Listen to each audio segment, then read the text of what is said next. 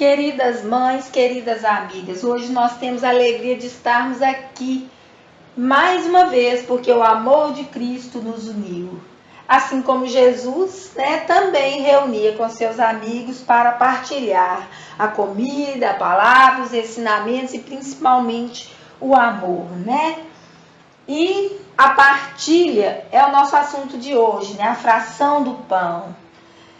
Nós vamos refletir como Jesus passa da ceia judaica à ceia cristã, dando a ela um novo significado, Então, neste nosso ano da Eucaristia, nós estamos refletindo e ressignificando também a nossa participação na Eucaristia, porque nós somos convidadas a sermos mães eucarísticas e precisamos servir a Deus, deixando que Ele seja o centro das nossas vidas, compreendendo e valorizando cada dia mais a Eucaristia. Vamos pedir que o Espírito Santo nos ilumine e transforme. Gente, não tem como a gente falar de ceia eucarística sem nos lembrarmos que o próprio Jesus expressou o desejo de estar conosco quando ele disse: desejei ardentemente comer esta ceia convosco. E quando essas palavras chegam no nosso coração, gente, nós sentimos a dimensão, a grandeza, a profundidade do amor de Deus por nós. Porque ao dizer essas palavras, ele na verdade estava nos dizendo que desejava perdoar os nossos pecados, dar a vida por nós e permanecer conosco, se dando a nós como alimento, tudo isso por amor, Então, gente, para iniciar o nosso assunto propriamente dito, eu quero lembrar com vocês uma música que a gente sempre canta na igreja e que ela é muito conhecida. Aquela que diz assim: o povo de Deus no deserto andava e à sua frente alguém caminhava. E eu sempre peço nas minhas orações: Jesus, eu também sou teu povo, Senhor, vem caminhar comigo.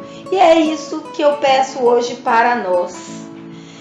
Lembrar que a gente é povo de Deus, escolhido, e que Ele caminha conosco, Então, nós sabemos que o povo de Deus caminhou durante 40 anos no deserto para passar da escravidão à vida de liberdade, para chegarem à terra prometida. Mas que essa foi uma caminhada demorada, difícil, e muitas coisas aconteceram, Eles sofreram, murmuraram, atravessaram o mar a pé enxutos, viram os perseguidores morrerem afogados, mas chegaram, foram libertos.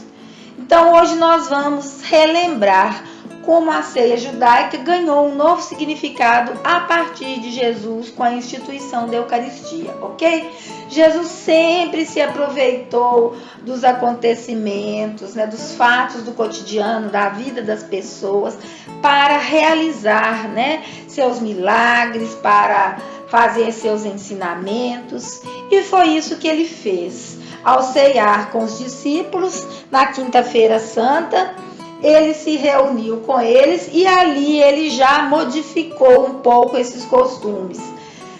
Quando ele lavou os pés dos discípulos, ensinando o servir, ensinando que servir ao irmão é uma forma de amá-los, Então, gente, 2000 anos se passaram e graças a Deus até hoje nós nos reunimos para partilhar o pão e para lembrar o sacrifício de Jesus na cruz por nós, Que esta é a principal mensagem do Evangelho, a nossa salvação. E lembrar também que Jesus é o nosso Senhor e Deus, portanto, Ele deve ficar no centro das nossas vidas. E se Ele não estiver lá, tudo mais sai do lugar, tudo mais se desorganiza, Então, vamos compreender um pouco mais a respeito da ceia judaica. A ceia judaica era também chamada Pessah, ou seja, era ela marcada por um ritual que significava passagem, né? E era utilizado o sacrifício de um cordeiro com o seu sangue como ponto central. Isso tudo, gente, é descrito lá em Êxodo, no capítulo 12. E assim como na ceia judaica, né, nós temos até hoje muitas simbologias que representam este ritual de passagem. Então, nós vamos citar alguns elementos, né? Eles comiam ervas amargas para se recordarem da amargura da escravidão. Bebiam vinho também para recordar a doçura da liberdade. Eles comiam pães ázimos, que representa a necessidade de atender prontamente ao chamado de Deus.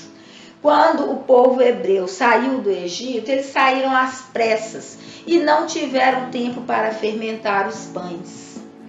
Então, nós temos também o cordeiro, que foi o animal indicado por Deus aos israelitas para serem sacrificados e salvar a família que o comesse naquela ceia. Eles usavam sandálias e cajados para simbolizar a prontidão para partir e sair da escravidão. A ceia judaica, então, ela era celebrada em dois momentos. Um deles era no templo, com o sacerdote, onde um cordeiro era imolado. Deveria ser um cordeiro macho, perfeito, para demonstrar que a nossa oferta a Deus deve ser daquilo que nós temos de melhor, né? As nossas primícias.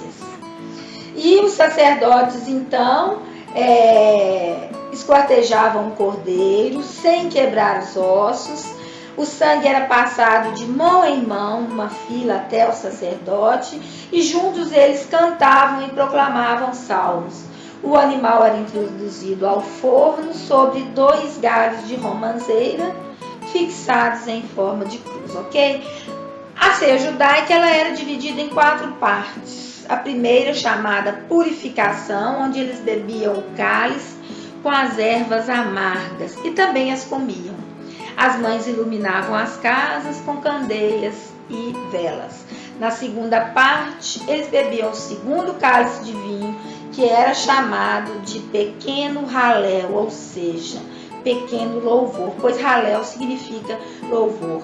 Aqui eles se recordavam da história da libertação do povo hebreu, e o chefe da casa fazia a seguinte oração: Bendito sejais, Senhor nosso Deus, Rei do Universo, que nos tem libertado e libertastes nossos pais do poder do Egito. Na terceira parte, eles bebiam o terceiro cálice, que era chamado de cálice da bênção. O dirigente abençoava o vinho e o oferecia aos demais. Ele também comia o maior pedaço do pão ázimo com ervas, passava no molho e ofertava aos outros. Também era derramado um pouco do vinho no prato para simbolizar a morte dos perseguidores do Egito no Mar Vermelho. E na quarta e última parte era bebido o quarto cálice de vinho, que se chamava o cálice da consumação. Eles cantavam o grande Halel, né, que era um momento de muita alegria e grande louvor, e se retiravam sempre antes da meia-noite, ok, gente? Então, a ceia cristã, como nós dissemos no início, Jesus, na sua grande sabedoria, se utilizava dos costumes e dos ritos das pessoas. E na ceia cristã, Jesus deixou bem claro que a partir dali não havia mais necessidade de cordeiro, pois ele era o próprio cordeiro. Não necessitaria mais de outro alimento, pois ele era o alimento que nos levaria à vida eterna. E também ali seria bebido o sangue da nova e eterna aliança, ou seja, a nossa Páscoa, a passagem da morte para a vida, que é a solenidade mais importante do cristianismo. A ressurreição de Jesus, ela é mais importante até do que a celebração do Natal, né? Que é a encarnação divina através do nascimento de Jesus. Pois se Cristo não ressuscitasse, conforme disse São Paulo, vã seria a nossa fé, né? Então, gente, a ceia cristã, como nós temos hoje, né? Ela foi introduzida por Jesus ali na Quinta-feira Santa, quando ele toma o pão, pronuncia a bênção de ação de graças, conforme era o costume, e oferta ao Pai. E nesse momento, né, Jesus apenas não bebe o quarto cálice da consumação, porque a consumação do sacrifício de Jesus, onde que foi que ela aconteceu? Na cruz, né? Não foi naquele momento. Então, a partir de Jesus, tudo se modificou, né? Nós sabemos que a história é dividida em antes de Cristo e depois de Cristo. E também, a partir dele, as pessoas deveriam se posicionar, se o seguiriam ou se o negariam, né? E isso a gente tem até hoje. Graças a Deus, nós escolhemos segui-lo, ok? Então, gente, a partir da ceia que a gente participa na igreja, né? A partir da Eucaristia, nós somos convidadas a nos transformar juntamente com Jesus, a sermos pessoas melhores, a estarmos mais disponíveis para servir os nossos irmãos. E quem são os nossos irmãos mais próximos, né? São a nossa família. E é justamente com as pessoas mais próximas, com as pessoas mais íntimas, que a gente divide o cálice, né? O que é beber do cálice? Beber do cálice significa cumprir a missão. Então, nos leva a refletir se nós estamos cumprindo a nossa missão de mães, de cristãs, né, de seguidoras de Jesus. Se nós estamos dividindo o cálice do nosso amor, do nosso afeto, do nosso tempo com a nossa família. Nós devemos, assim, avaliar, refletir e mudar, se for o caso, né?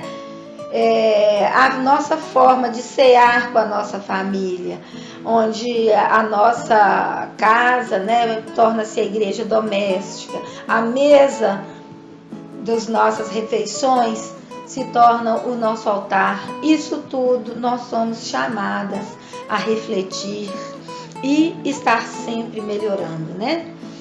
Então, gente, nós vamos pedir a Jesus que nos dê a graça de dar também um novo significado às nossas vidas, às nossas relações com as pessoas, né? Com nossos irmãos, com a nossa família, e pedir a Ele que, assim como Ele lavou os pés dos discípulos, por amor, que Ele possa também lavar os nossos corações e retirar tudo que nos afasta de uma participação maravilhosa na Eucaristia, né? E possamos distribuir o seu amor.